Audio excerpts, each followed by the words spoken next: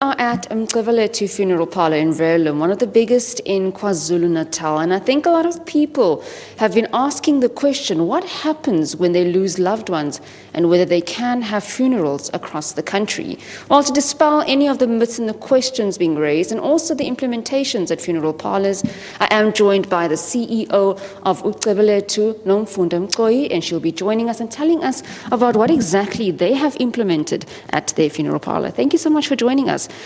So obviously it's a very difficult period when you lose a loved one, but how has your group actually implemented some of the basic hygiene and health measures the government has asked many of the funeral parlours to ensure that they do?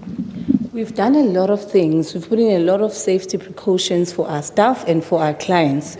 As soon as our clients walk into our branches, all our mortuaries, they hand sanitize and they're given masks and gloves.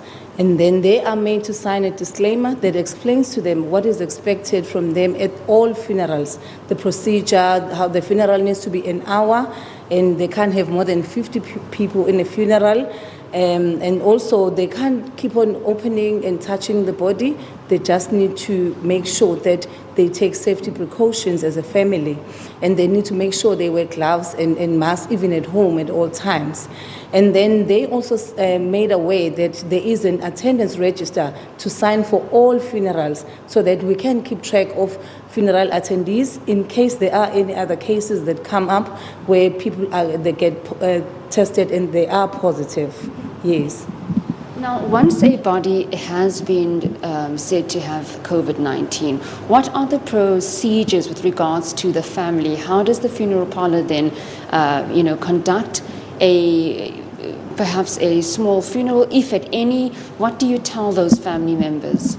Firstly, we've never had a case yet of corona, but we have guidelines from the Department of Health to follow, especially in terms of safety for our staff when they collect that body, and how we store it in our mortuaries, and how we even transport it back to the family. But we are aware of everything we need to do, and we have trained our staff on how to handle such cases.